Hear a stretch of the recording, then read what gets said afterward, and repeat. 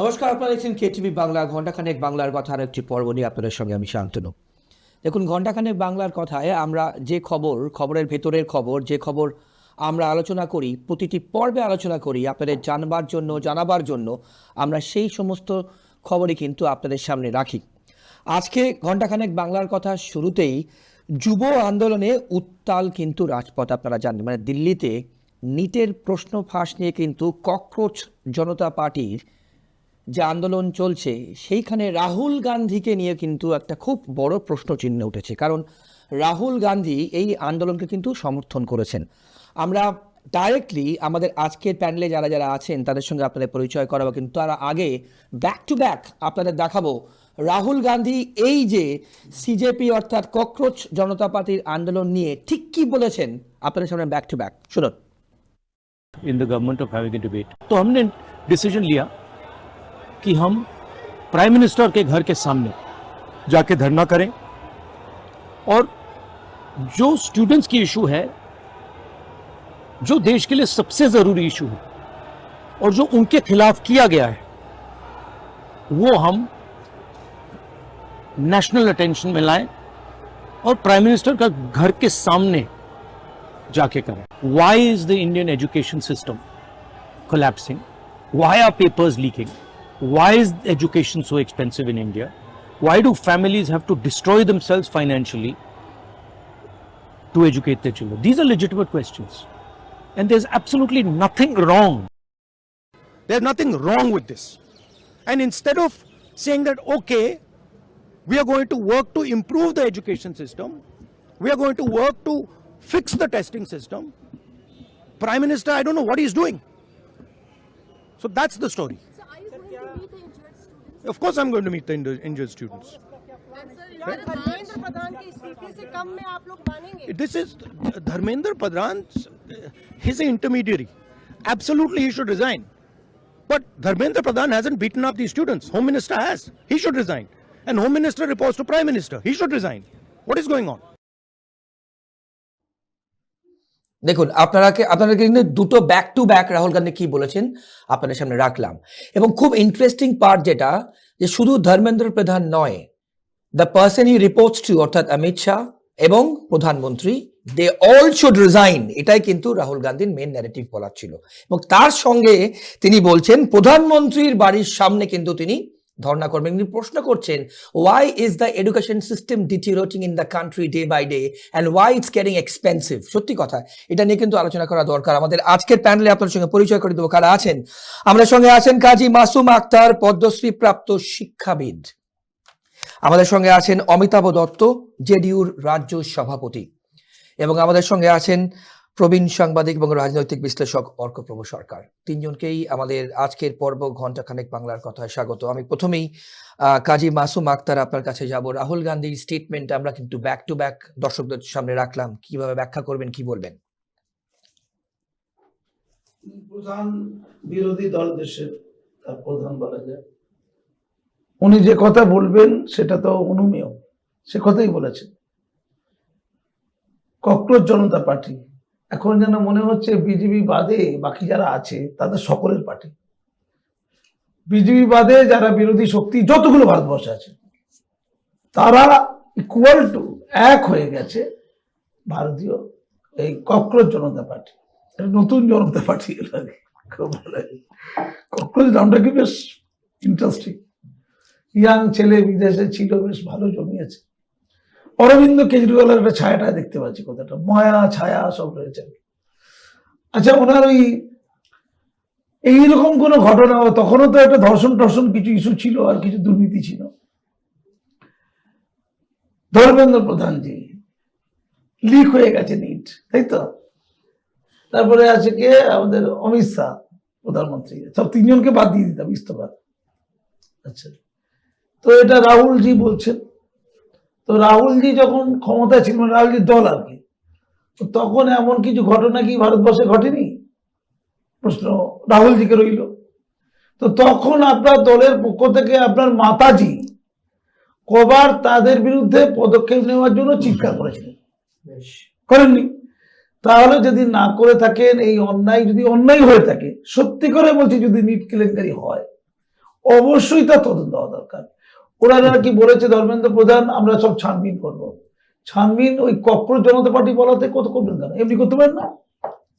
ধরুন cockroach Janata party নেই, আন্দোলন নেই, আন্দোলন না থাকলে কি কোনো দুর্নীতি যদি সত্যি থেকে থাকে সেটা ছানবিন হবে না? নিশ্চয়ই সেটা ভাবতে হবে। আমি প্রধানমন্ত্রীজিকে বলছি যে কক্রোচ জনতা পার্টিকে কেন্দ্র করে বিরোধীদের কণ্ঠরোধ করাটা লক্ষ্য নয়, লক্ষ্য হচ্ছে আদৌ দুর্নীতি আছে কিনা তার সুলুক সন্ধান করে যারা দুর্নীতি করবে তাদের বিরুদ্ধে কঠোর পদক্ষেপ নিতে। কোন একটি ব্যক্তির জন্য বিজেপি দলটি কেন্দ্রে নেই, কোন একটি ব্যক্তির জন্য নয়, সমষ্টিগত একটা আদর্শ, যে আদর্শের কথা বারবার করে বলা হচ্ছে আমরা ভারতীয়, আমরা রাষ্ট্রবাদী, আমরা ভারত মাতার সুযোগ্য সন্তান, ভারত মাতা নিশ্চয়ই দুর্নীতি দেখতে পেলে সন্তুষ্ট হবে না, এই জায়গাটাকে সুনিশ্চিত করতে হবে। আর আমি মনে করি কক্রোচ জনতা পার্টি তার পেছনে করে ইন্ধন আছে কিনা দেখা দরকার, আমি জানি না, কারণ এই কক্রোচ জনতা পার্টি যিনি প্রধান তাকে আমি একটা ছবিতে ধর্মেন্দ্র প্রধানের সাথে ঘুরতে দেখছিলাম, দুই প্রধানকে আমি একসাথে দেখেছি, কোনটা প্রধান কোনটা প্রধান কোনটা কি, তার পেছনে কি, তার পিছনে কার ইন্ধন, আমি সব কিছু বুঝি না। আমি বুঝতে চাইছি অরবিন্দ কেজরিওয়াল কিন্তু হয়েছিল, এখন তারা কোথায়? কক্রোচ জনতা পার্টি যদি ভারতবর্ষের ক্ষমতাতেও চলে আসে এরকম কিছু করে, বা কোনো রাজ্যে কোনো প্রভিন্সে, আমাদের দেশে এই দুর্নীতির জায়গাটা কি বন্ধ হবে? পশ্চিমবঙ্গতেও চলছে, ভারতেও চলছে, দিল্লিতেও চলছে, পার্লামেন্টেও চলছে, বিধানসভাও চলছে, কি চলছে? এ বলছে ও চোর, ও বলছে এ চোর, আসলে চোর কে? আমি পরিষ্কার করে বলছি জনগণকে এবং ভারতের সরকারকে, ভারতের দুর্নীতিমুক্ত প্রশাসন সুনিশ্চিত করার দায় আপনাদের। কক্রোচ জনতা পার্টি যেটা করছে তাদের মৌলিক অধিকার যদি থেকে থাকে কথা বলার প্রতিবাদ করা করতে দিন, কিন্তু কোনো বিশৃঙ্খলাকে বরদাস্ত করা যাবে না, পেছনে কোনো নেগেটিভ ইন্ধনকেও বরদাস্ত করা যাবে না। ধন্যবাদ। বেশ, আমি আবার আসবো। অমিতাভদা, দুটো জিনিস আমি আপনাকে জিজ্ঞেস করবো। Why are the papers getting leaked, পরিষ্কার জিজ্ঞেস করছেন, এবং why is the education system in India deteriorating day by day, কিভাবে ব্যাখ্যা করবেন? শুধু এইটুকু? মেন দুটো বললাম আমি আপনাকে। মেন দুটো হচ্ছে, দেখুন, বাই ডিফল্ট আপনি তো আমাকে একটা রাজনৈতিক দলের, ঠিকই আছে, কিন্তু আমি 37 বছর ধরে আমি শিক্ষার সাথে যুক্ত। বেশ, হ্যাঁ, 37 ইয়ার্স বাই ডিফল্ট। তো আমি 1100 ছাত্রছাত্রী কাল মার খেয়েছি আগের থেকে, এবং তার মধ্যে একটি মেয়ের অবস্থা খুব সংকটজনক। আমি যেহেতু শিক্ষার সাথে যুক্ত, ছেলে মেয়েরা শিক্ষকের কাছে সন্তান তুল্য, সেই ছবি হ্যাঁ, সন্তান তুল্য ছেলে মেয়েরা, সে যে জাতের, যে ধর্মের, যে রাজনৈতিক দল আর যে প্রদেশেরই হোক, তারা তাই মনে করে যদি একজন আদর্শ শিক্ষক হয়। আমি ছেলে মেয়েদের উপরে পুলিশি লাঠি চালনা, টিয়ার গ্যাস চালনাকে আমি তীব্রভাবে নিন্দা করছি। স্বাধীন ভারতে, স্বাধীন রাষ্ট্রে এটা অনভিপ্রেত। আর এই cockroach Janata party is not a political party. Right. Suryakant, আমাদের চিফ জাস্টিস সুপ্রিম কোর্টের, তিনি একটা লুজ টক করেছিলেন। লুজ টক সাধারণ লোক করলে সেটা তখন পয়েন্টেড হয়, একটা চিফ জাস্টিস করলে কোথায় যায়, তার পরিণাম কি হয়। তাহলে আজকে 1.5 লাখ ছাত্রছাত্রী গতকালকে গেছে, আর আজকে এখনো হিসাব মতো 1.5 লাখ হয়তো ছাপিয়ে গেছে, ওখানে জড়ো হয়েছে। আজকে আপনি আপডেট নিন, এবং দুটো আপডেট আপনাকে আমি বলে দিচ্ছি। আমি ছাত্র ছিলাম, সবাই ছিলেন এখানে, আমি ছাত্র আন্দোলন করেছি, আমি স্টুডেন্ট পাওয়ারটা কিছুটা জানি। আমি আপনাকে বলি, 1 স্টুডেন্ট রেশিও হচ্ছে 1:60। 60 জন, বাবা মা, দাদু দিদা, ভাই বোন, মামা মামি, প্রতিবেশী, শিক্ষক, অন্য বন্ধু, 60% উপরে তার একটা রিভারবারেশন হয়, একটা কম্পন হয়। এটা একটা ছাত্রের উপরে হাত পড়লে। তাহলে আজকে লেটেস্ট আপনাকে ডেভেলপমেন্ট এখনো আপনার কাছে আসেনি হয়তো, নবীন পটনায়ক ডিফিটেড চিফ মিনিস্টার, কিন্তু ডিসক্রেডিটেড নয় আমাদের মমতা ব্যানার্জির মতো। এখন উড়িষ্যার যিনি মানে মুখ্যমন্ত্রী, তিনি শপথ নেওয়ার আগে পায়ে হাত দিয়ে নমস্কার করে শপথ নিতে গেছেন। নবীন পটনায়ক তীব্র নিন্দা করেছেন, ধর্মেন্দ্র প্রধানের রেজিগনেশন চেয়েছেন। এটা এখন খবর। ইমিডিয়েট খবর হচ্ছে ক্যালকাটা মেডিকেল কলেজের ছাত্রছাত্রীরা প্রতীকী ধর্মঘটে বসে গেছে। স্টুডেন্ট পাওয়ার যে ডেভেলপ করে, আপনারা তো ইতিহাসকে ভুলে যান, ধুম করে অরবিন্দ কেজরিওয়ালকে নিয়ে আসছেন। এটা অরবিন্দ কেজরিওয়ালের প্রোগ্রাম ছিল না, ও হাইজ্যাক করেছে। এটা প্রোগ্রামটা ছিল আন্না হাজারের প্রোগ্রাম। সেটা কি করে হয়েছিল জানেন? আমি অতি সুদূর চলে যাচ্ছি কেন, ওই আন্দোলনে আমার মতো ব্যক্তি ছাত্র হিসেবে সেদিনকে জেলে গেছিল। আমি ডিটুনি ছিলাম, আমি অ্যারেস্টেড ছিলাম না, কারণ আমি স্কুল ছাত্র ছিলাম বলে আমাকে ছেড়ে দেওয়া হয়েছিল। আমি 1975 সালের জয়প্রকাশ নারায়ণের মুভমেন্টের কথা বলছি, যেটা শুরু হয়েছিল 1974 সালে। বিহার ছাত্র সংঘর্ষ সমিতি, এই যে Sonam Wangchuk maybe a symbol, জয়প্রকাশও সিম্বল ছিলেন, জয়প্রকাশও রাজনীতি করতেন না। বিহারের ছেলেরা একত্রিত হয়ে জয়প্রকাশের কাছে যান, জয়প্রকাশ চিঠি লেখেন ইন্দিরা গান্ধী, ডিয়ার ইন্দু, সেই চিঠিটা আপনি পেয়ে যাবেন, যে আব্দুল গফর গভর্নমেন্ট হচ্ছে করাপশন করছে, তুমি এর ব্যবস্থা নাও। উত্তর দেননি। তখন উনি পরামর্শ দিলেন যে তোমরা বিহার ছাত্র সংঘর্ষ সমিতি তৈরি করো, আর তার মুখ্য উপদেষ্টা হলেন জয়প্রকাশ নারায়ণ, জনতা পার্টির সৃষ্টির জায়গাটা। আমি দুটো কথা বলছি, আপনার প্রশ্নের ওখানে উত্তরটা দিচ্ছি। আমি মনে করছি Rajiv Gandhi as opposition leader সে তো করবেই, যেমন ওই যে মুভমেন্টটা হয়েছিল আন্না হাজারে, তার মুভমেন্টটার তো ফসল পেয়েছে কেজরিওয়াল আর বিজেপি পার্টি, তেমনি অপোজিশন তো সুযোগ নেবে, যেটা আজকে না শুনুন। কিন্তু রাজীব গান্ধী যে কালকে যেটা করেছে, রাহুল গান্ধী, এটাকে আমি সময়োচিত বলে মনে করছি না। মনে করছেন না? না, he has taken the step which is early in the movement. তাহলে পলিটিক্যাল বায়াসটা চলে এলো। আজকে আপনি ছাত্রদের মুভমেন্ট না বলে রাহুল গান্ধীকে আপনি হাইলাইট করছেন, কিন্তু it is not, Rahul Gandhi has very little to do. Right. উনি ওখানে কি করবেন? আসলে তো এটা ছাত্র, আপনি বলতে চাইছেন এবং এটা স্বতঃস্ফূর্ত। হি ইজ ইউজিং সিজেপি এই মুভমেন্ট, উনি ঘোলা জলে তার পলিটিক্যাল ডিভিডেন্ডটা নিতে চেয়েছেন, যেমন বিজেপি তৎকালীন আডবাণীরা নিয়েছিল। হয়ে গেছেন নরেন্দ্র মোদীজি প্রধানমন্ত্রী, আলাদা কথা, কিন্তু that was a movement hijacked by BJP and Arvind Kejriwal. যদি আপনি ইতিহাসটা দেখেন, আমি একেবারে নিরপেক্ষভাবে বলছি। আর দ্বিতীয় আপনার যে প্রশ্নটা ছিল, আরেকটা দ্বিতীয় প্রশ্ন কি করেছিলেন আপনি, এটা রাহুল গান্ধীর ব্যাপারে। আরেকটা কি ছিল আপনার? Education system is deteriorating. দেখুন, এডুকেশন সিস্টেমটা ভারতবর্ষে একদিনে যায়নি, এটা থিওরিটিক্যাল প্রশ্নের আলোচনা তো এর সাথে একদিনে যায়নি। হ্যাঁ, তাহলে আজকে ডিটোরিয়েটিং বললে তো হবে না। এটা কংগ্রেসের আমলেও ছিল, তার আগে বাম আমলে গেছে, বাম আমলে পশ্চিমবাংলায় হবে না, এটা বেরোবে না। সুতরাং এটা খুব ইররিলেভেন্ট আজকে এটা বলা। আজকে ছাত্ররা যে আন্দোলন করছে, তারা দুটো বিষয়ে তারা বলেছে। একটা হচ্ছে রেজিগনেশন অফ এডুকেশন মিনিস্টার, আর হচ্ছে reforms of education system. Right. তাহলে ডিটোরিয়েটিং না, যে সারা পৃথিবীতে শিক্ষার যে মানে আপনার মানে অর্থ যেটা লাগছে, কস্ট অফ এডুকেশন সারা বিশ্বে বিরাট বেড়ে গেছে। আমি অর্কদার কাছে আসবো, বলবো আমি অর্কদার কাছ থেকে আপনার কাছে আসছি। অর্কদা, রাজনৈতিকভাবে এর কি প্রভাব পড়বে? মানে যেভাবে রাহুল গান্ধী বলছেন, প্রশ্ন তুলে দিচ্ছেন শিক্ষা ব্যবস্থা নিয়ে, এটা রাজনৈতিকভাবে আপনি কিভাবে ব্যাখ্যা করবেন? সবার আগে আপনার নিজের ভালো করে বোঝা উচিত এটা রাহুল গান্ধীর মুভমেন্ট না সিজিপির মুভমেন্ট। রাইট। আপনি বিষয়টাকে ডাইলিউট করবেন না। বেশ। প্রসন্ন যেটা অমিতাভরা বললেন, নবনির্মাণ গুজরাট আন্দোলন থেকে শুরু করে চিমন ভাই প্যাটেলের পদত্যাগ, সেটা বিহার সংঘর্ষের মধ্যে পরে, হ্যাঁ, তারপরে জয়প্রকাশ নারায়ণের উত্থান, পাটনায় যা হয়েছিল, সেগুলো ইতিহাসের পাতায় রয়ে গেছে। আমি 15 বছর আগে দিল্লিতে কি হয়েছিল, 15 বছর পরে মানে এখন দিল্লিতে কি হচ্ছে। 2011 সালের ফেব্রুয়ারি মার্চ ভারতবর্ষে ক্রিকেট বিশ্বকাপ হচ্ছে। ভারতবর্ষের মানুষ তখন একটাই প্রশ্ন করছেন, ধোনির হাতে কাপটা উঠবে, সচিন কি তার ক্রিকেট ক্যারিয়ারে বিশ্বকাপ ছুঁতে পারবেন কিনা।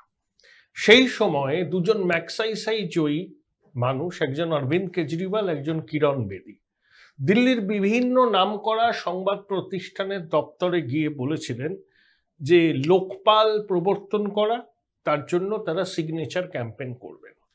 তো অনেক প্রবীণ সাংবাদিক, তাদের মধ্যে রাজদীপ সরদেশাইও আছেন, তিনি বলেছিলেন দেখুন সিগনেচার ক্যাম্পেইন করে কিছু হবে না, আপনারা রাস্তায় নেমে করুন।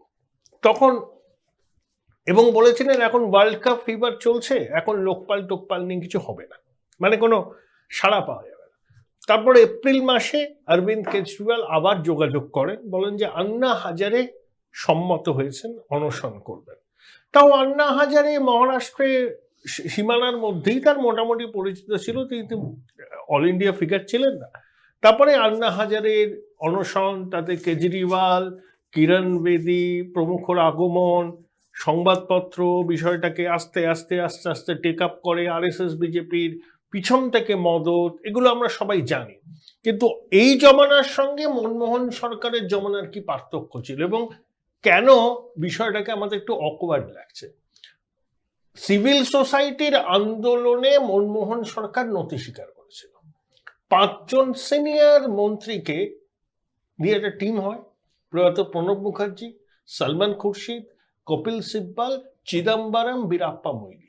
এই 5 জন এই ইন্ডিয়া এগেন্স্ট করাপশন অরবিন্দ কেজরিওয়ালের টিমের 5 জনের সদস্যের সঙ্গে আলোচনায় বসে কিভাবে লোকপালের ড্রাফট হবে। 1 2 বাবা রামদেবকে দিল্লি বিমানবন্দরে স্বাগত জানাতে চলে গিয়েছিলেন স্বয়ং প্রণববাবু। সরকার তো কাউন্টার ন্যারেটিভ তৈরি করতে পারলই না, কেজরিওয়ালদের ন্যারেটিভকে এন্ডোর্স করলো। কখনো দেখেছেন যে সিভিল সোসাইটি সরকারের সঙ্গে বসে খসড়া বিল তৈরি করছে? আমি একটু বলে একটা সেন্টেন্স বলুন। এটা সিভিল সোসাইটি মুভমেন্ট না, যাই হোক, এটা স্টুডেন্ট মুভমেন্ট। স্টুডেন্ট মুভমেন্ট, ওখানে সবাই ছিল, ওখানেও সবাই না, ছিল। ওখানে স্টুডেন্ট এবং ইউথের পার্টি। আমি নিজে দিনের পর দিন যন্তর মন্তরে দাঁড়িয়ে দেখেছি এই মুভমেন্ট, কারণ আমার যে পার্টির আমার হেড অফিস হচ্ছে 7 নম্বর যন্তর মন্তর। স্টুডেন্ট মুভমেন্ট এখানে নানা এখানে কিসিমের লোকজন আছে, না শুধু স্টুডেন্টের এবং পিছনে মেন নেই। মোটিভটা এবং নিটের প্রশ্ন ফার্স্ট এটা কিন্তু সিভিল সোসাইটি এবং- মুভমেন্ট হিসাবে এখনো এবং- দানা বাঁধেনি। এবং কেন্দ্রীয় সরকার তখন কার্যত আত্মসমর্পণ করেছিল কেজরিওয়ালদের কাছে। আর 15 বছর পরে দেখুন এই সরকার, দুটো সম্পূর্ণ এক্সট্রিম। মনমোহন 2 সরকার আন্না হাজারে কেজরিওয়ালের আন্দোলনের চাপে নতি স্বীকার করে আত্মসমর্পণ করলো, ইউপি টু চলে গেল 2 বছর বাদে।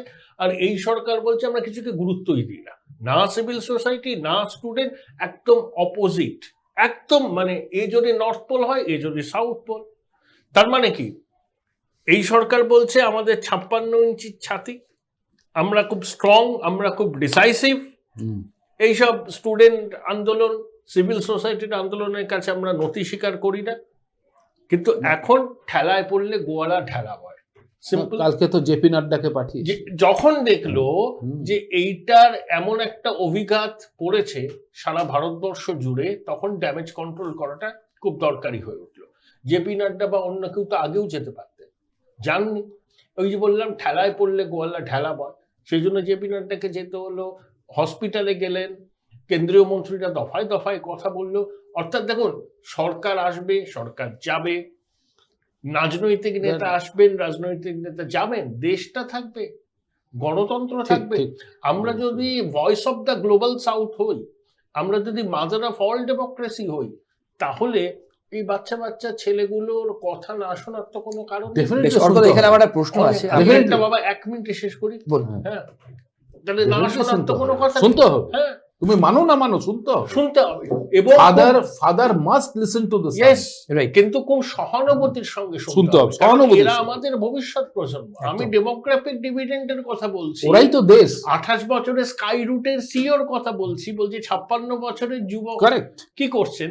তাহলে এরা তো আরো অল্প বয়স, শান্তনু, এই 20-22 বছর বয়স, তোমার ছেলের বয়সী। রাহুল গান্ধীর হ্যাঁ, তো এদের কথা সরকার অবস্থান ভুল। সহানুভূতি, রাহুল গান্ধী কথা অবস্থা ভুল।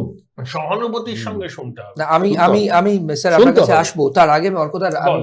যে প্রশ্নটা আপনি প্রথমে বলেন ডাইলিউট করার ক্ষেত্রে, আমি আপনাকে এটাই জিজ্ঞেস করেছিলাম এই জন্যই যে যেহেতু এটা জেনজি মুভমেন্ট, সেখানে রাহুল গান্ধীর পার্টিসিপেশন না না, Rahul Gandhi is not Gen Z.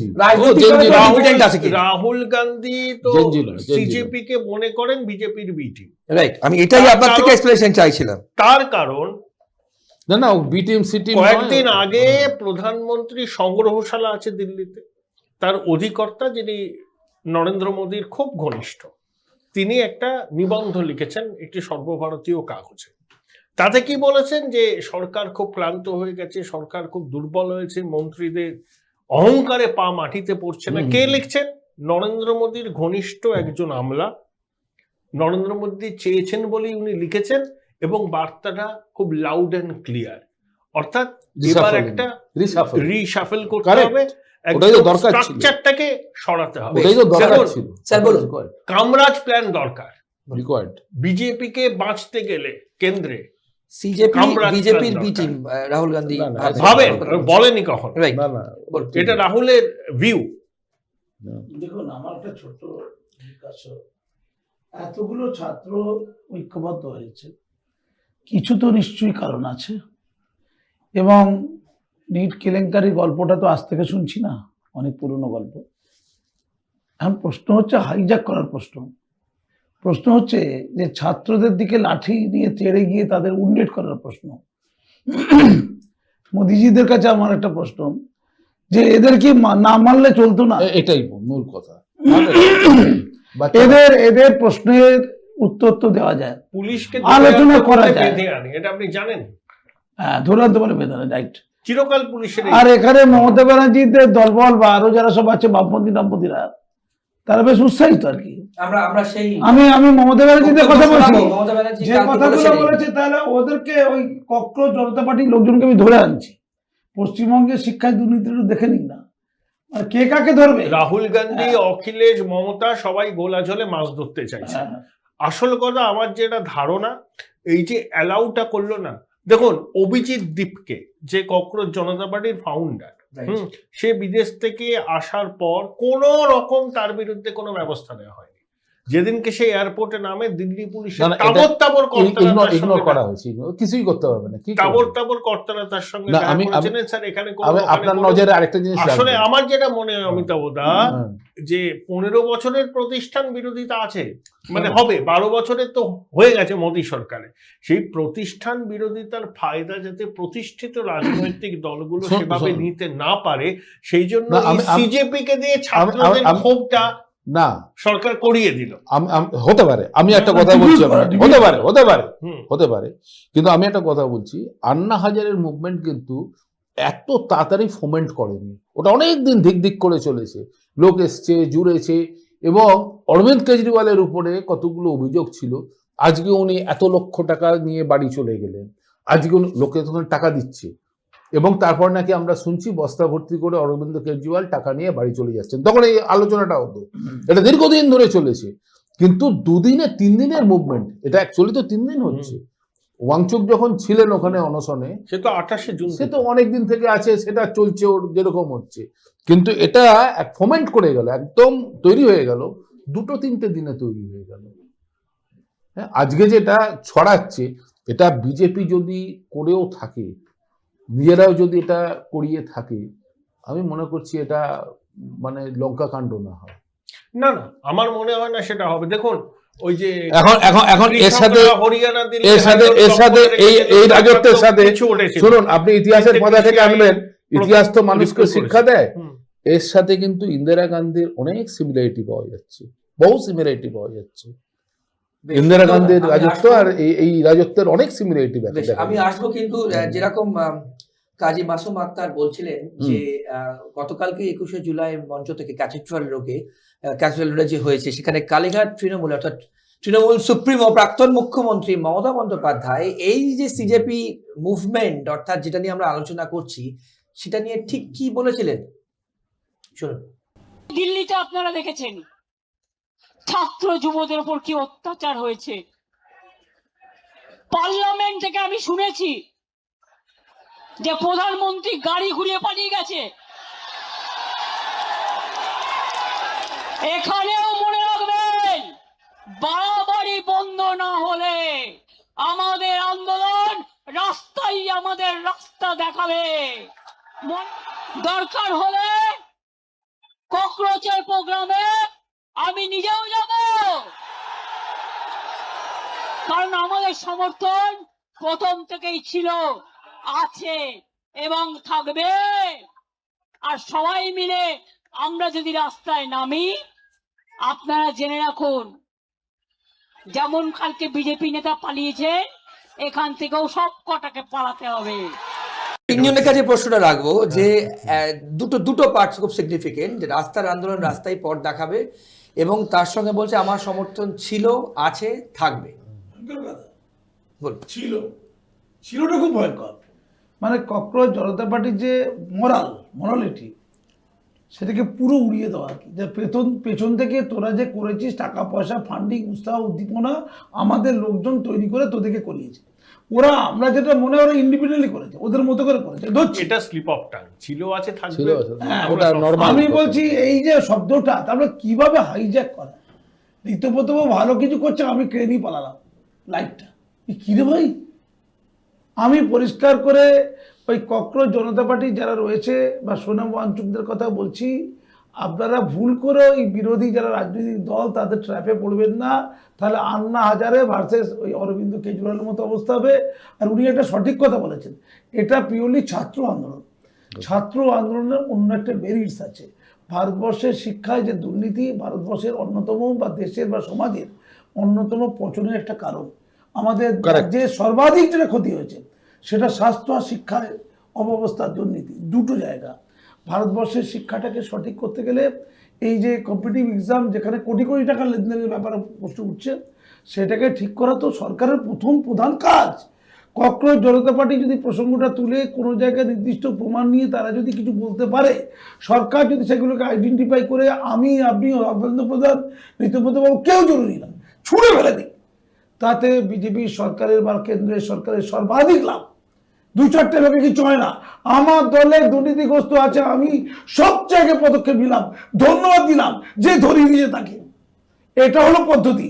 এবার ককরোচ জনতা পার্টির জন্য যেটা বিপদ সংকেত, যেটা ওদের জন্য ক্ষতিকর, ওদের যে বাচ্চাদের মারধর করা হয়েছে, কি বলা হবে নিশ্চিত, আমি নিশ্চিত করে বলছি যেটা বলা হয়েছে, যেটা বাইনারি, যে এরা বিরোধীদের তামাক খেয়ে, সরকার বিরোধীদের তামাক খেয়ে টাকা নিয়ে উৎসাহিত হয়ে আমাদের বিরুদ্ধে ষড়যন্ত্রে লিপ্ত, অব্যবস্থা করছে, একটা আননেস সিচুয়েশন তৈরি করছে। তাই ল অ্যান্ড অর্ডার মেনটেন করার জন্য আমাদের পুলিশ একটু বাড়াবাড়ি করে ফেলছে।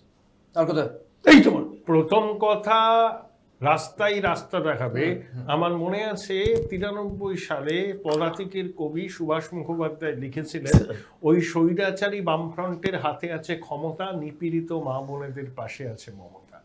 হ্যাঁ, লিখেছিলেন। সুভাষ মুখোপাধ্যায়কে মমতা বন্দ্যোপাধ্যায় অত্যন্ত শ্রদ্ধাও করতেন। তা তখন মমতা বন্দ্যোপাধ্যায় আজ থেকে 38 বছর আগে, 93 সাল, কত 38 তো 38 হলো না, ঠিক আছে, হ্যাঁ, 33। মমতা বন্দ্যোপাধ্যায় যা ছিলেন, আজকের মমতা বন্দ্যোপাধ্যায় তা নেই। তাই উনি রাস্তায় নামলেও কিছু হবে না। আর ককরোচ জনতা পার্টির আন্দোলনে উনি সমর্থন করতেই পারেন, যে কোনো রাজনৈতিক দল করতে পারে, ইন্ডিভিজুয়ালও করতে পারেন। কিন্তু এই অমিতাভ বন্দ্যোপাধ্যায় বললেন না, ইন্দিরা গান্ধীর একটা বেলচি মোমেন্ট এসেছিল, মমতা বন্দ্যোপাধ্যায়ের কোনো বেলচি মোমেন্ট আসবে না। কোনো ককরোচ জনতা পার্টির আন্দোলনকে সমর্থন করেও তিনি আমি ইন্দিরা গান্ধীর সাথে বেলচি মোমেন্ট আসবে না মমতা আমি তা বন্দ্যোপাধ্যায়। বলছি না। শুনুন, Mamata Bandyopadhyay is a defeated chief minister. Defeated না, discredited and booted out chief minister. Discredited and booted out, তিনটে বলছিলেন, আমি ল্যাঙ্গুয়েজটা বলি, বুটেড আউট। বুটেড, এটা বাংলা তর্জমা করলে শুনতে খারাপ লাগবে, তাই জন্য আমি বুটেড আউট কথাটা ব্যবহার করলাম। ডিসক্রেডিটেড, নিজে রিজাইন করেন, discredited, booted out right. Chief minister. আচ্ছা, মমতা বন্দ্যোপাধ্যায় পরীক্ষিত, আপনি যে বললেন, শুনুন, আমার 10 বছর তো মমতা বন্দ্যোপাধ্যায়ের সাথে একেবারে রাজনীতির দল আন্দোলনে থাকার আমার ঘনিষ্ঠভাবে অভিজ্ঞতা হয়েছে। আমি তো ফেস লাইটে আসিনি, কিন্তু যদি কাউকে কিচেন ক্যাবিনেট বলা হয় সেখানে থাকার অভিজ্ঞতা হয়েছে। আমি মমতা বন্দ্যোপাধ্যায়কে কোনোদিনই সৎ নেতা নেত্রী হিসাবে আমি দেখিনি, ট্রিট করিনি। এবং আমি পরিষ্কার করে তখন মনে করতাম যে সিপিএম চলে যাচ্ছে, ফ্রাইং প্যান টু ফায়ারে গিয়ে পড়ছি আমরা, এটা কিন্তু মনে করতাম। Mamata Bandyopadhyay as ex chief minister, ওনার একটাই লক্ষ্য থাকতে পারে, আবার চিফ মিনিস্টারশিপটা ফিরে পাওয়া। উনি হয়তো by the lapse of the government, state government সম্পর্কে সমালোচনা করার সময় এখনো আসেনি, কেউ করতে পারবে না। উনি সেন্ট্রাল গভর্নমেন্টকে টার্গেট করেছেন অ্যাজ অপোজিশন লিডার। উনি কিন্তু কালকে একটাও কথা বলেননি বর্তমান রাজ্য সরকারের বিরুদ্ধে, কারণ বলার জায়গা নেই। কিন্তু উনি যদি এখন মনে করেন যে স্টেট গভর্নমেন্ট বা সেন্ট্রাল গভর্নমেন্টের বিরুদ্ধে কথা বলে আমি আবার জায়গাটা পুনরুদ্ধার করব, আন্দোলন করে পুনরুদ্ধার করব, বিরোধী নেত্রী মমতা বন্দ্যোপাধ্যায় সেই জায়গাটার লোকে প্রশ্ন করবে, 15 বছর তো সুযোগ পেয়েছো, তুমি কি করেছো? একদমই। কালকে 21শে জুলাই তৃণমূল দুই জায়গায় করেছে আপনারা জানেন, কিন্তু কালীঘাট তৃণমূল কিন্তু একে একে ফাঁকা হচ্ছে, আর একটা উইকেট পড়বে, এটা কিন্তু বড় প্রশ্ন। কেন বললাম? কারণ কল্যাণ বন্দ্যোপাধ্যায়ের সঙ্গে মমতা বন্দ্যোপাধ্যায়ের কালকে স্টেজের ওপর ক্যাথেড্রাল রোডে, যেখানে কালীঘাট তৃণমূল শহীদ স্মরণ অনুষ্ঠান করেছে, আপনারা জানেন 21শে জুলাই পালন করেছে, সেখানে কিন্তু কথা কাটাকাটি হয়। এবং তারপর কল্যাণবাবু আজকে বিস্ফোরক কিন্তু কিছু কথা বলেছেন, যেটা আমরা আপনাদের সামনে শোনাবো। তারপর কল্যাণ বন্দ্যোপাধ্যায়কে কিন্তু সাসপেন্ডও করা হয়েছে গোটা বাদল অধিবেশনে লোকসভায়। কিন্তু তার আগে কাল স্টেজে ঠিক কি হয়েছিল একটু দেখুন, এবং তারপর কল্যাণ বন্দ্যোপাধ্যায় ঠিক কি বলেছেন শুনুন। এই মহতী সভায় তাদের অভিনন্দন জানাই। গত 2.5 মাসে আপনাদের বাড়িতে আক্রমণ হয়েছে। আর দিদি এমনি এমনি করে ঘুরে দেখালি হয়? 1 ঘন্টা ধরে বলছি, 1 ঘন্টা ধরে বলছি, মেনে নেবো আমি? আমি দিদিকে ভালোবাসি, দিদিকে শ্রদ্ধা করি, দিদির জন্য সবকিছু করতে রাজি আছি, কিন্তু দিদিকেও রিজনেবল হতে হবে।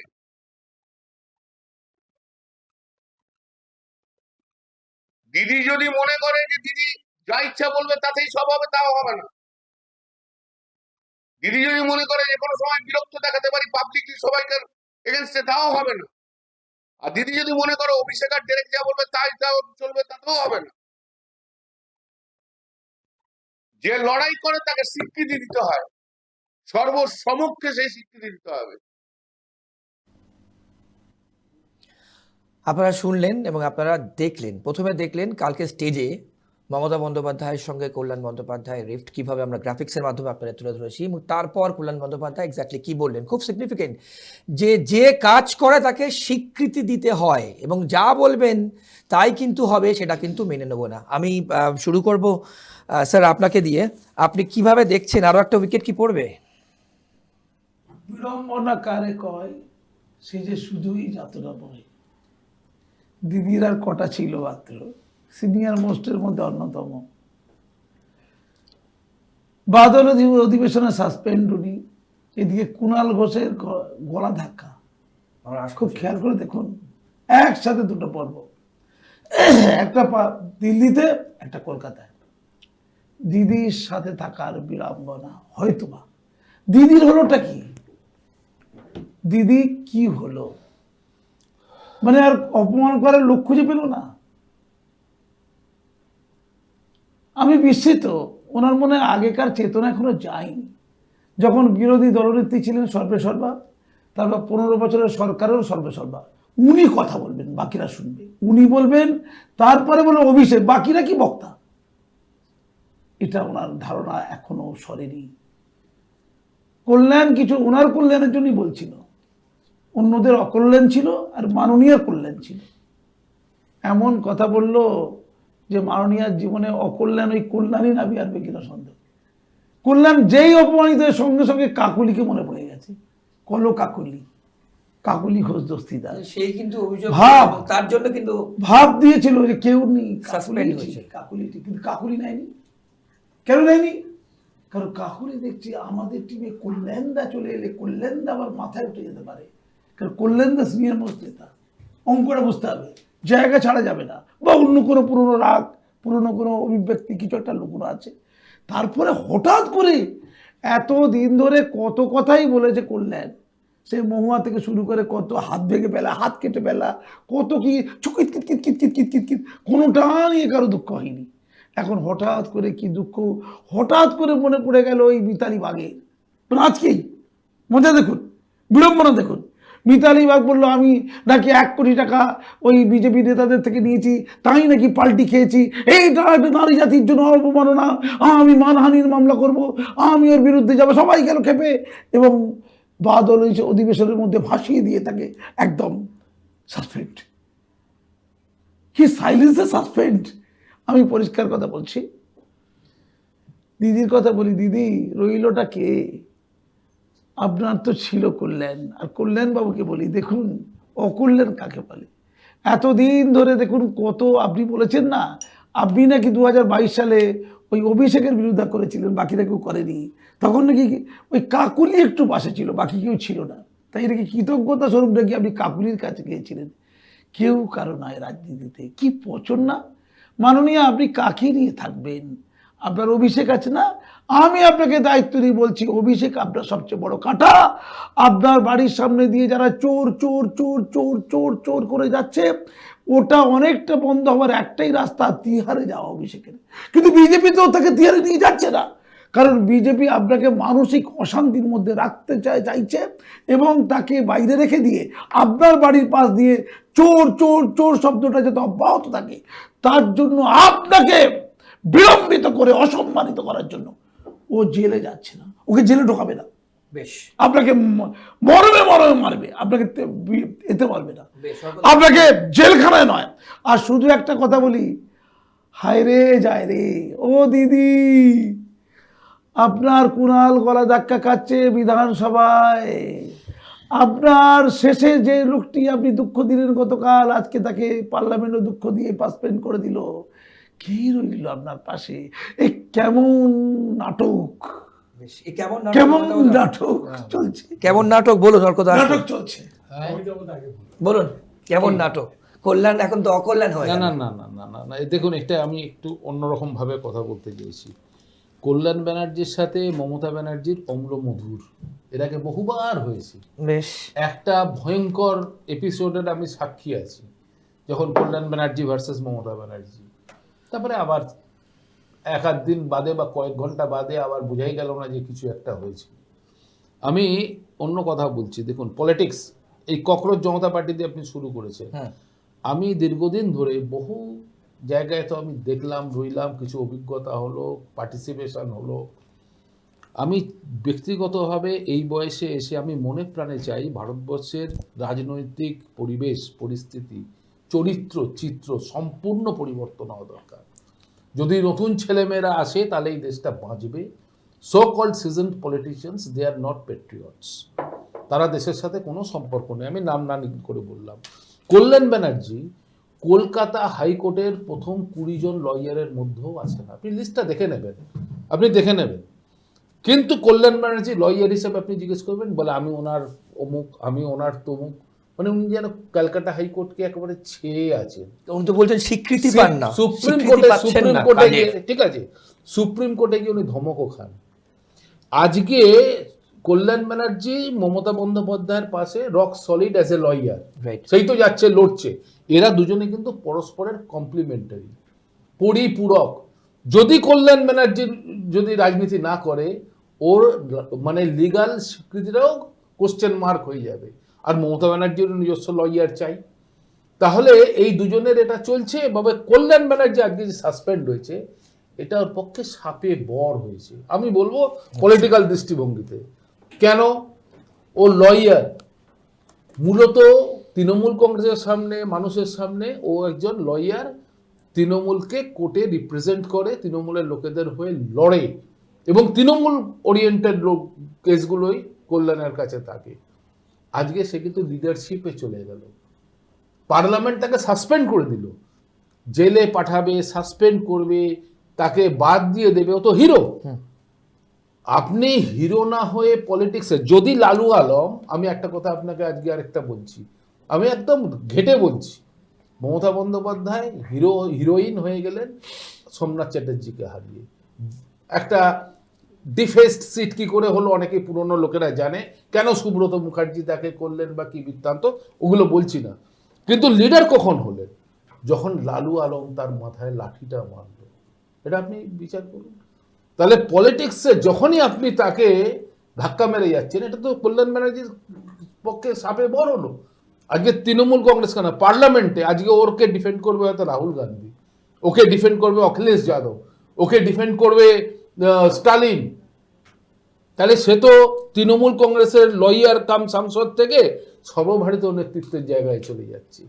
ও তো অপেক্ষা করছিল এটার জন্য। গেল তো গেল, বাদল অধিবেশন গেল, কি যা এলো কল্যাণ ব্যানার্জির, কিছু পয়সা বন্ধ হলো, আর ওকে তো বলতেও দিত না পার্লামেন্টে। এখন তৃণমূল কংগ্রেসের যে স্ট্যাটাস আছে পার্লামেন্টে, তো তৃণমূল কংগ্রেসের এমপি বলার সুযোগ পাবে কি? ঠিক। ওর কথা কিভাবে দেখছেন রাজনৈতিক ভাবে? দেখুন, কোন দিকে যাবেন কল্যাণ বাবু এখন? কল্যাণ যে দুজনের কথা বলেছেন, একটা হচ্ছে লম্বকর্ণ আর একটা হচ্ছে ভাইপো। এই লম্বকর্ণর জন্য রাজ্যসভাতে বহু লোক একেবারে চোটে লাল, সুখেন্দু শেখর রায় থেকে শুরু করে অনেক কিছু। এই কুইজ মাস্টার ইংরেজিটা বলে, সেটা হচ্ছে ওর মাতৃভাষা বলে, এবং এই ইংরেজি বলার মানে সাবলীলতার জন্য ও লায়ন শেয়ার ক্লেম করে সংসদে বলার জন্য। রাজনৈতিকভাবে অত্যন্ত অনভিজ্ঞ, একটু পোঁত পাকা প্রকৃতির, ওকে লম্বকর্ণ বলা হয়। নন পলিটিক্যাল পারসন, একেবারেই নন পলিটিক্যাল এবং বিশুদ্ধ ধান্দাবাজ, বিশুদ্ধ ধান্দাবাজ। তার দিদিমণি এই ধরনের লোকের কথাই বেশি শোনেন, কারণ এরা রুটলেস ওয়ান্ডার, এদের সবকিছুই মমতা বন্দ্যোপাধ্যায়ের উপর নির্ভরশীল। ওনার সুবিধে তো সুবিধা, মমতা বন্দ্যোপাধ্যায় ওনার আশেপাশে কোনো শিক্ষিত লেখাপড়া জানা লোককে রাখতেই চান না। আমাকে একটা ফুট কাটতে সুযোগ দেবে? হ্যাঁ বলুন। বলুন। উনি এক জিরোগুলোকে নিয়ে বিরাট সংখ্যা করেছে। হ্যাঁ, এটাই তো ব্যাপার। 10, 100, 1000, 10,000 এই জিরোগুলো যখনই দেখছে একটা জিরো হয়ে গেল, সবাই ভেগে যাচ্ছে। হ্যাঁ, তাই তো ঘটেছে, তাই তো হয়। এটা অঙ্কের নিয়মে ঘটেছে। সেই ভিখারি পাসওয়ানের মামলা থেকে শুরু করে কল্যাণদার সঙ্গে দীর্ঘদিনের সম্পর্ক। হ্যাঁ, আর কল্যাণদার এরকম আউটবাস মাঝে মধ্যেই হয়। হ্যাঁ, একটা সর্বভারতীয় স্বীকৃতি পাবেন, যেটা অমিতাভদা বললেন, রাহুল, তারপরে সুপ্রিয়া সুলে, হ্যাঁ সবাই ওকে ডিফেন্ড করবে। এটা সাপে বরই হয়েছে কল্যাণের, কিন্তু কল্যাণ কখনো ঋতব্রত তৃণমূলে যাবে না। না না, নেবে, এখন সংখ্যার দরকার, ও যাবেও না। ও ওর এই অবস্থানটাকেও নিজে খুব এনজয় করছে, লাইমলাইটে আছে ইত্যাদি। এখন বিরাট। আর বিধানসভায় আজকে যেটা হয়েছে, আমরা সেই প্রসঙ্গে আসবো।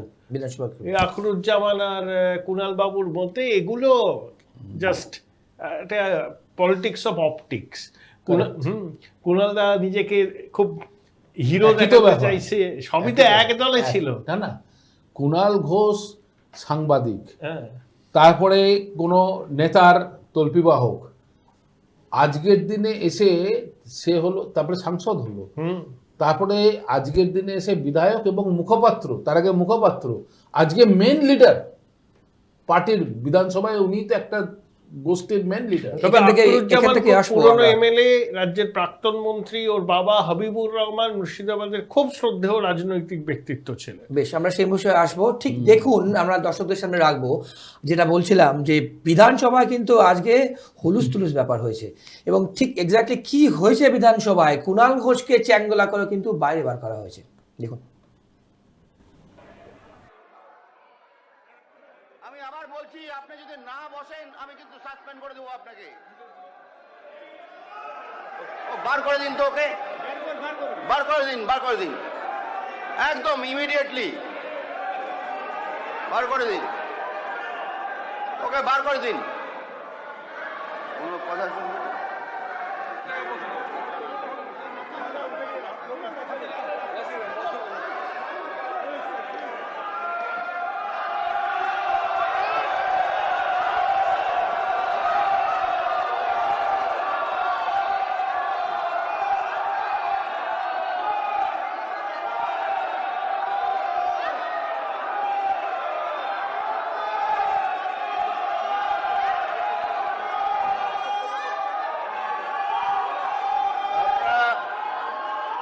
শান্ত হয়ে বসুন।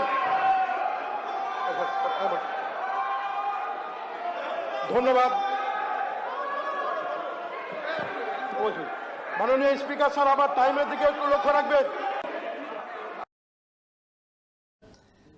আমরা আপনাদের সামনে রাখলাম, ঠিক বিধানসভায় আজকে কুণাল ঘোষকে কিন্তু চ্যাংদোলা করে বিধানসভার বাইরে বার করা হয়েছে, এবং যা পরিস্থিতি হয়েছিল সেখানে তুমুল অশান্তি, সেই ছবি আপনারা দেখছেন। অর্কদা যে বলছিলেন। সবার আগে আমি মাননীয় মুখ্যমন্ত্রী শুভেন্দু অধিকারীকে অভিনন্দন জানাবো, কারণ বিধানসভার অনুষ্ঠান সরাসরি সম্প্রচার করার সিদ্ধান্ত নেওয়া। আরেকটা আপনার চ্যানেলের মাধ্যমে আমার অনুরোধ পশ্চিমবঙ্গ সরকারের কাছে, আগে বামফ্রন্ট সময়ে সম্ভবত 1996 কি 97 সাল থেকে বন্ধ করে দেওয়া হলো, যে ওর যে রেকর্ডগুলো সেগুলো বাইরে বার করতে এবং কিনতে পারতো লোকে, যে আজকে এই বিষয় নিয়ে আলোচনা হয়েছে, এই বিল ইত্যাদি, তারপরে বন্ধ হয়ে যায়। মমতা বন্দ্যোপাধ্যায় তো করেননি, এটা যেন আবার পুনরায় চালু করে। এবং তাহলে যারা বিধানসভার বাইরে আছে, রাজনীতি বা সমাজনীতি সম্পর্কে জানতে চায়, তারা আপডেটেড হতে পারে। একদম সরাসরি রাজ্যের মানুষ দেখলেন বিধানসভায় কুণাল বাবুর কি ভূমিকা, মাননীয় অধ্যক্ষের ভূমিকা, সবটাই দেখলেন। এটা একদম পুরোপুরি পাবলিক ডোমেনে রইল, কেউ আর অস্বীকার করতে পারবেন না, ছবি তো কথা বলে। আর দুই, শুভেন্দুবাবু আরো কয়েকটা খুব বড় ঘোষণা করেছেন। কুণাল বাবুর ঘটনাটাকে আমি বললাম পলিটিক্স অফ অপটিক্স, এটা কুণাল বাবু করেছেন যে তিনি বিরাট বিপ্লবী, বিরাট লড়াকু নেতা, D-Day। হ্যাঁ D-Day।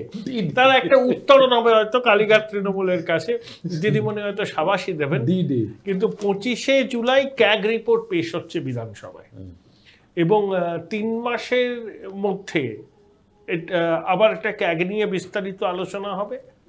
রাজ্যপাল যাদের বিরুদ্ধে এফআইআর করতে বলবেন এফআইআর হবে, সে মন্ত্রী হোক, মুখ্যমন্ত্রী হোক, যেই হোক। এটা একটা খুব খুব উল্লেখযোগ্য সিদ্ধান্ত, যে আগের সরকার তো কিছুই মানতো না, কোনো রিপোর্ট ফিপোর্ট কিছুই টেবিল হতো না। আর আরেকটা বড় কথা হচ্ছে, দীর্ঘ 14 বছর বাদে বিধানসভায় স্বরাষ্ট্র মন্ত্রক নিয়ে আলোচনা হচ্ছে।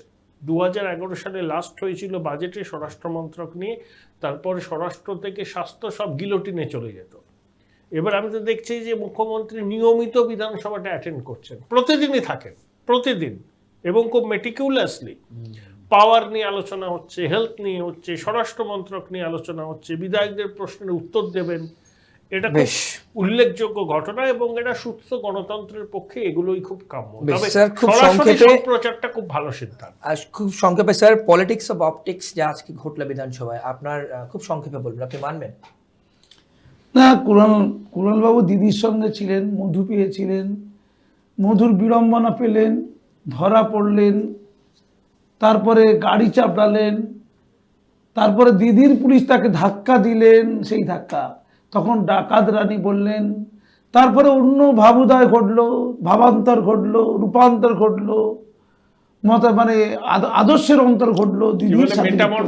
হ্যাঁ, দিদির সাথে গেলেন, দিদি প্রিয়, দিদি ভালো, আবার সেই ঘাড় ধাক্কা, দিদির পক্ষেও ঘাড় ধাক্কা, দিদির বিপক্ষেও ঘাড় ধাক্কা, 2 জায়গায় ঘাড় ধাক্কা। এখন খারাপ লাগছিল, কেমন বয়স হয়েছে, চশমাটা ভাবছিলাম ভেঙে গেল কিনা লোকটার, ধাক্কা ধুক্কি দিয়ে বাইরে তার দলের লোকেরাই ধাক্কা দেওয়ার বন্দোবস্ত করে দিল। কি বিড়ম্বনা না! ওখানে কল্যাণ সাহেবকে ওই সাসপেন্ড করার জন্য রয়েছে তার দলের লোকেরাই, আর এখানে কুণালকে ঘাড় ধাক্কা দেওয়ার জন্য রয়েছে তার দলের লোকেরাই। এইটাই হচ্ছে সবচেয়ে বড় অভিশাপ, এটা হচ্ছে বিরাট বড় শাস্তি। জেলে যাওয়া হচ্ছে, এটা কোন অংশের শাস্তি নয়। এবং এই যে পরম্পরা চোখের সামনে দেখতে পাচ্ছি, যেটা দাদা বলছিলেন, সত্যিই তো চোখের সামনে দেখা যাচ্ছে।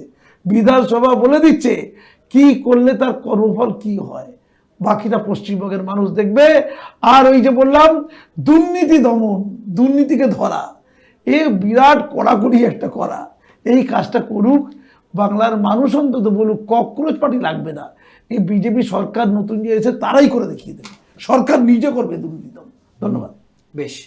আর 3 জনকেই, কাজী মাসুম আক্তার, অমিতাভ দত্ত এবং অর্কদা, আপনারা 3 জনকেই আজকের পর্বে থাকার জন্য অনেক ধন্যবাদ। আপনারা আজকে আমরা যা যা টপিক আপনাদের সামনে তুলে ধরলাম এবং যা যা বিষয়ে আপনাদের সামনে কথা বললাম, আমরা আপনাদের যে খবর এবং খবরের ভেতর খবর আপনাদের সামনে রাখা দরকার, আমরা সেটাই কিন্তু ঘণ্টাখানেক বাংলার কথায় প্রতিটি পর্বে আপনাদের সামনে নিয়ে আসছি। আপনাদের কেমন অনুষ্ঠান লাগছে আমাদের সোশ্যাল মিডিয়া পেজে জানান, এবং আপনাদের সুচিন্তিত মতামতকে নিয়ে আমরা নিশ্চয়ই পরবর্তী পর্বে আলোচনা করব। আজকে পর্বে এই পর্যন্তই। অন্যান্য সব খবরের জন্য দেখতে থাকুন KTV বাংলা। নমস্কার।